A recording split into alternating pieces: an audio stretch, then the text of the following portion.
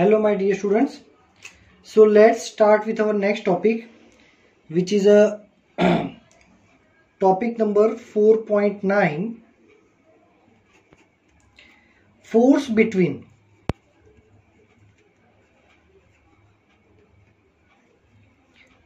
two parallel currents. Ready? That means in this theory we are going to see that we have two infinitely long wire which are placed exactly parallel to each other, and from this wire, let's say this is the wire A and this is the wire B. From wire A current is passing, let's say this is IA, and from this wire the current passing is say IB. Let's take the separation between these two wires is small d. So this is the case. We have two wires which are infinitely long, parallel to each other.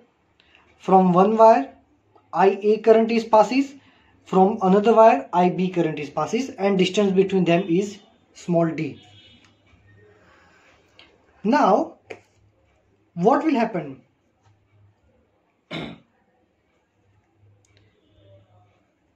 Current of wire A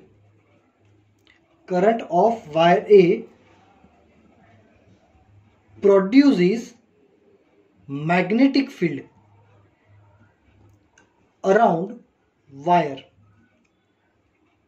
अब इसमें से current pass हो रहा है तो क्या होगा, इसके अराउंड मैग्नेटिक फील्ड प्रोड्यूस होगा, ऐसे circular.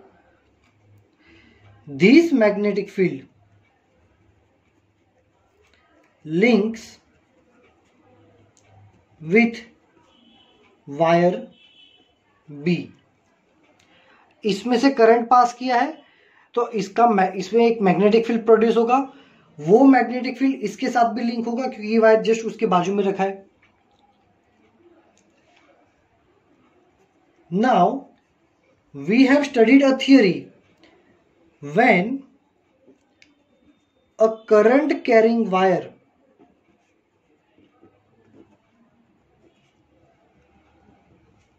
placed in a magnetic field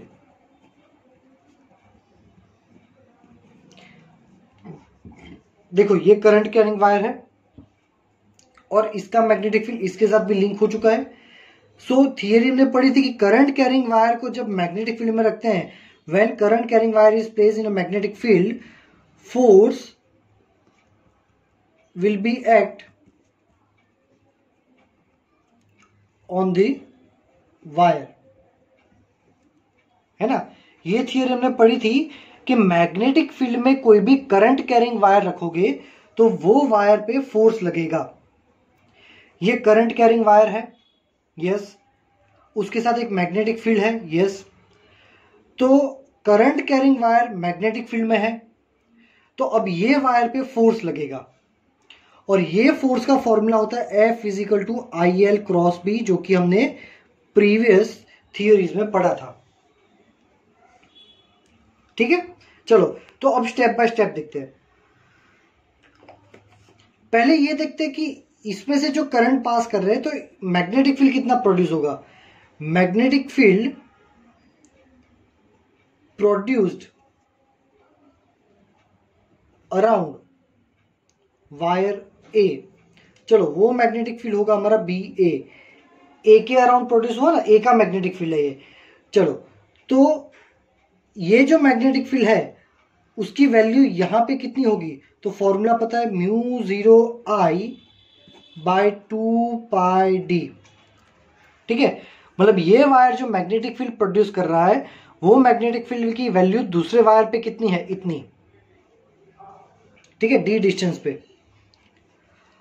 अब मैग्नेटिक फील्ड तो है, अब ये मैग्नेटिक फील्ड, अच्छा ये मैग्नेटिक फील्ड कौन सी डायरेक्शन में है.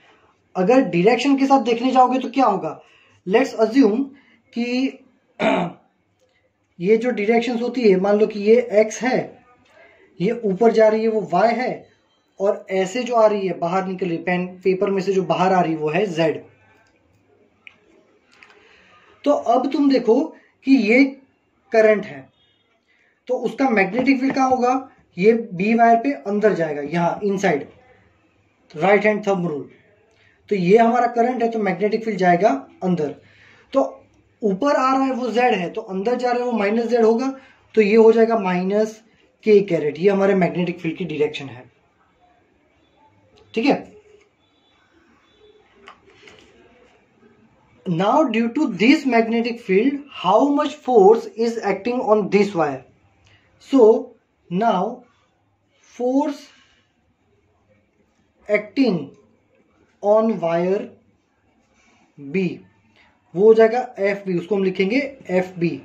और हम ऐसा अज्यूम करेंगे कि ये जो फोर्स है वो एक छोटे से पोर्शन में ही लग रहा है, और ये पोर्शन की लेंथ हम अज्यूम करते हैं एल, क्योंकि वायर तो हमारा बहुत बड़ा है, इनफाइनाइट है, तो पूरे वायर के लिए तो कैलकुलेट कर नहीं सकते, छोटे से पोर्शन के लिए देखते हैं। तो फॉर्मूला क्या हो जाएगा, एफ इज इक्वल टू आई, इसमें से कौन सा करंट पास हो रहा है, आई बी, तो यहां पे लिखेंगे I B L cross B, ये वाला फॉर्मूला यूज किया, F is equal to I L cross B, है ना। इस पे फोर्स लग रहा है तो इसका करंट आई बी, उसी की लेंथ एल, और इस पे कितना मैग्नेटिक फील्ड लग रहा था इसका ये, तो ये हमने वैल्यूज डाल दी। नाउ वी कैन से कि भाई आई बी एल बी ए साइन 90, ठीक है, क्योंकि यहां पे पता है कि यहां पे मैग्नेटिक फील्ड अंदर है ऐसे, और आई बी जा रहा है ऊपर, तो मैग्नेटिक फील्ड और आई बी के बीच में एंगल बन रहा है 90 डिग्री, इसलिए हमने यहां पे 90 लिखा है। ठीक है, साइन 90 होता है 1, so F B is equal to I B L B A, because sine 90 is 1। अब ये जो बी ए की वैल्यू है ना, चलो अभी इसको थोड़ा अच्छे से और डिटेल में पढ़ाते, चलो ये शॉर्ट में हो जाएगा। देखो F B is equal to I B L, चलो ये आई बी कौन सी डायरेक्शन में जा रहा है, आई बी एल ऊपर की डायरेक्शन में है, और ये डायरेक्शन कौन सी है, वाई, तो उसके लिए आएगा J caret cross magnetic field B A, तो बी ए की वैल्यू क्या थी, mu 0 I A by 2 pi D minus K caret. ठीक है, ये क्या हो गया, माइनस के कैरेट। तो ये फोर्स की वैल्यू क्या होगी भाई, mu 0 I A I B L upon 2 pi D, और हो जाएगा जे क्रॉस माइनस के। अब हमें रूल पता है कि भाई जे क्रॉस के क्या होता है, आई, तो हमारे यहाँ जे, हमारी नीड है जे क्रॉस माइनस के, तो यहाँ पे जे क्रॉस माइनस के करना होगा, तो क्या हो जाएगा भाई, जे क्रॉस माइनस के करोगे तो यहाँ पे हो जाएगा माइनस आई।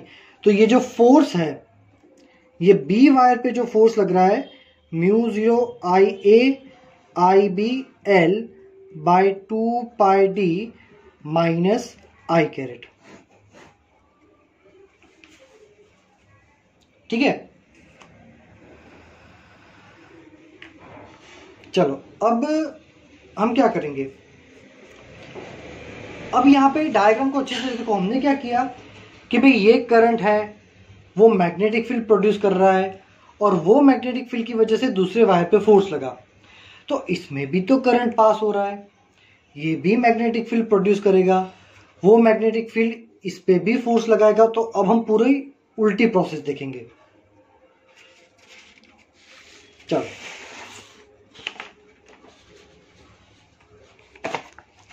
तो अब हम क्या लिखेंगे, देखो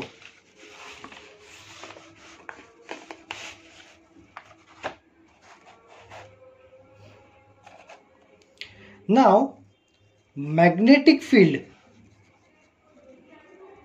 अराउंड वायर बी, ये बी वायर जो है वो भी मैग्नेटिक फील्ड प्रोड्यूस करेगा, और वो मैग्नेटिक फील्ड यहां पे कितना होगा, चलो तो वो हो जाएगा magnetic field of wire B formula mu 0 I by 2 pi D. अच्छा अब देखो भाई, यहां से करंट पास कर रहे हैं तो यहां से मैग्नेटिक फील्ड अंदर जाएगा और यहां से बाहर आएगा। तो ये वाले वायर में से मैग्नेटिक फील्ड बाहर आ रहा है, मैग्नेटिक फील्ड बाहर आ रहा है मतलब कौन सी डायरेक्शन है, K कैरेट। ठीक है, अब वो मैग्नेटिक फील्ड की वजह से ये वायर पे फोर्स लगेगा, फोर्स ऑन वायर ए, तो हो गया FA। फॉर्मूला क्या था, इसमें भी सेम सेगमेंट हम अज्यूम करेंगे कि L लेंथ पे ही फोर्स लग रहा है, तो IL क्रॉस B। ठीक है, चलो तो IL, अब यहां पर भी IL कौन सी डायरेक्शन में, ऊपर की डायरेक्शन, मतलब Y, मतलब क्या हो जाएगा यहां पे,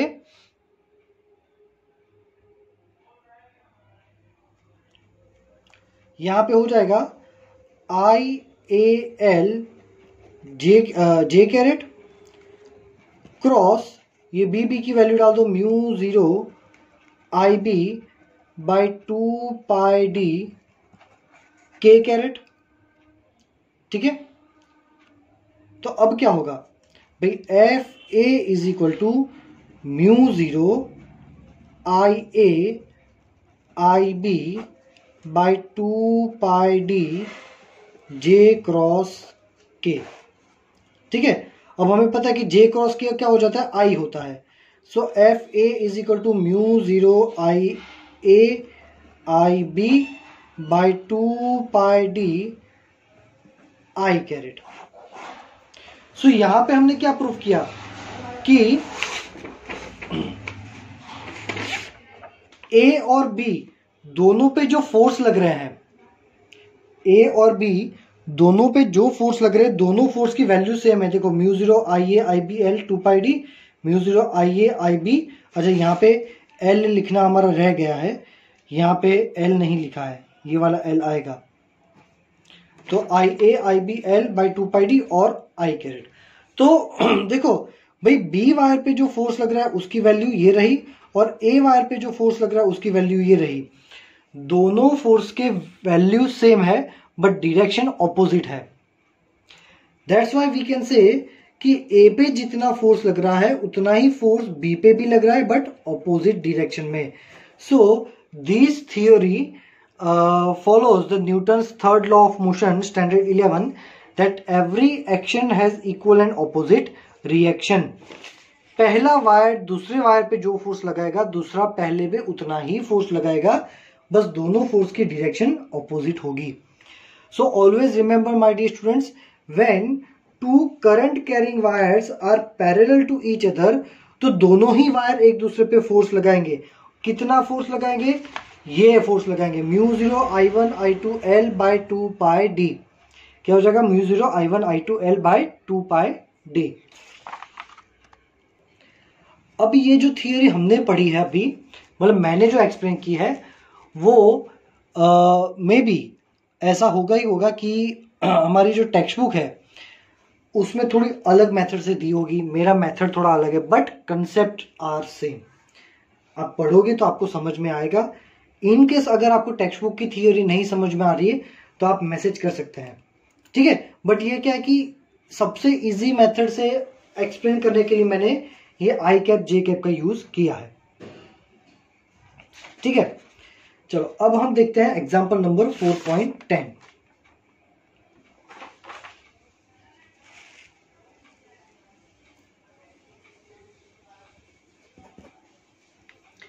The horizontal component of Earth's magnetic field at a certain place is 3 into 10⁻⁻5 Tesla.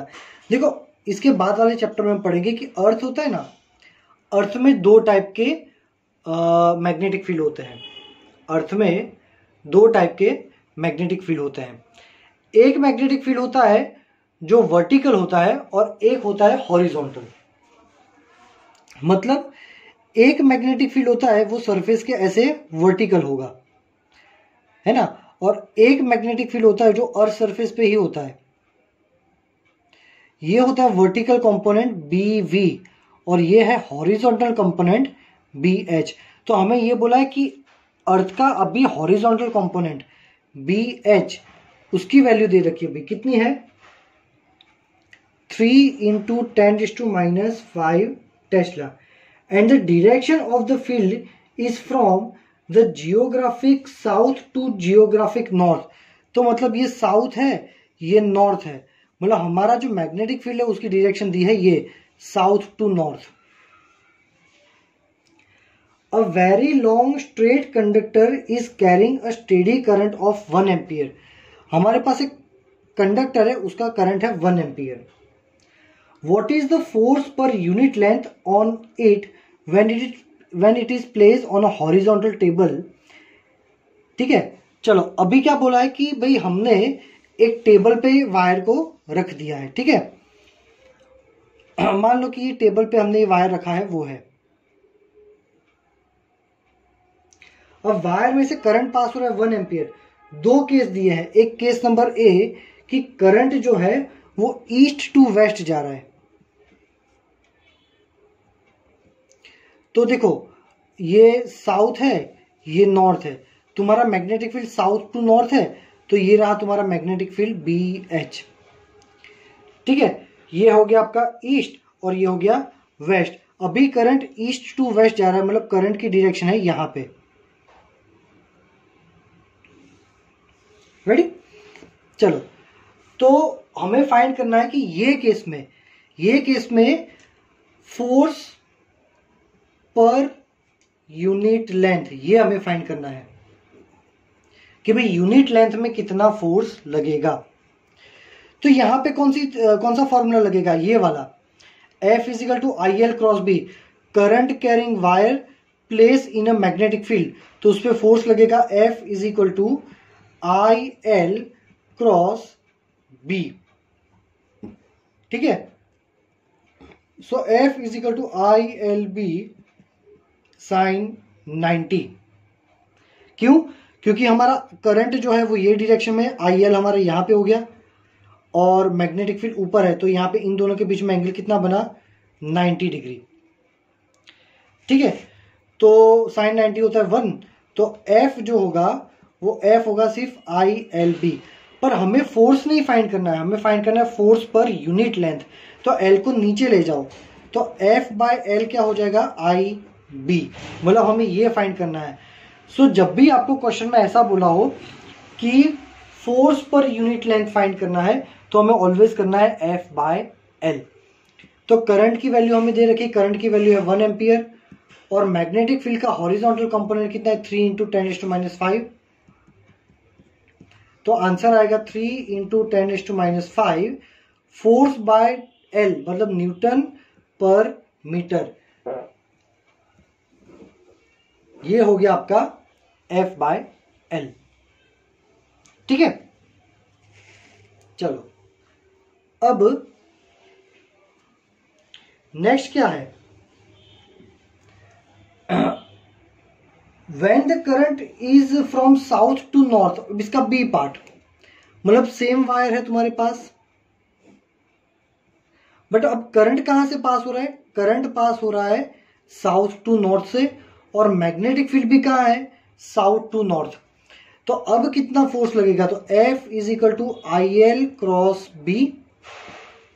अब I और B दोनों सेम डायरेक्शन में है, तो उन दोनों के बीच में एंगल कितना हो गया भाई 0, तो यहां पे हो जाएगा sin 0। sin 0 होगा 0, तो फोर्स कितना लगेगा ये केस में 0। समझ में आया, यहां पे θ 0 है, तो ये केस में कोई भी फोर्स नहीं लगेगा। जब करंट और मैग्नेटिक फील्ड परपेंडिकुलर होते तो मैक्सिमम फोर्स लगता है, और करंट और मैग्नेटिक फील्ड दोनों सेम डायरेक्शन में होते तो मिनिमम फोर्स लगता है which is 0। This is our answer.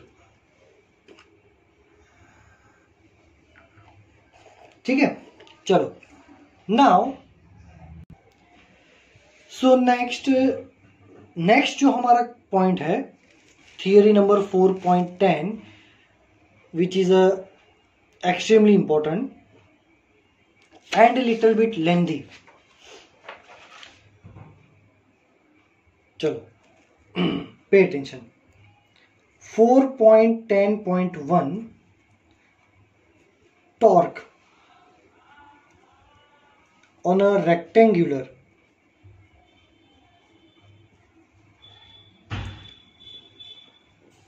current loop in a uniform magnetic field.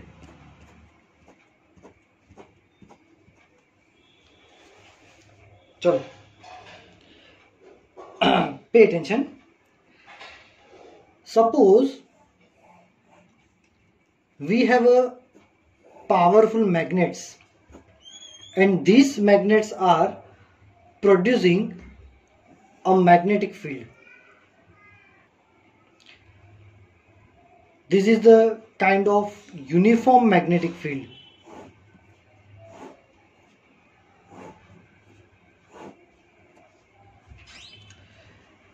Now what we are planning to do, we are planning to insert a rectangular coil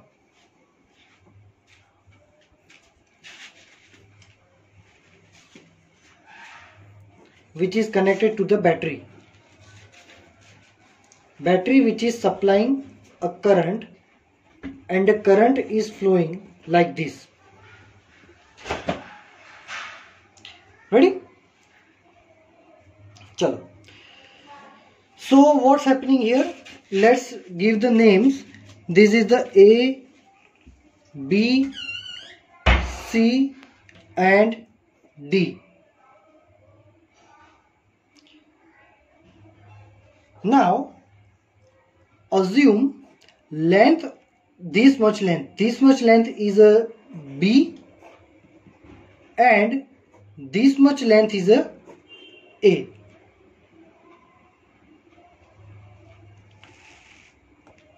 Okay, so we can say a wire, current carrying wire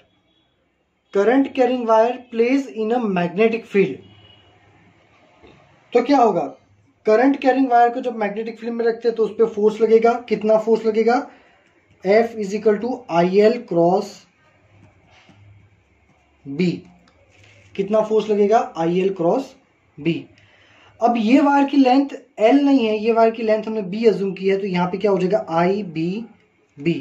and this is the force acting on wire AB. This is the force acting on wire AB. Ready? चलो, सो FAB is equal to,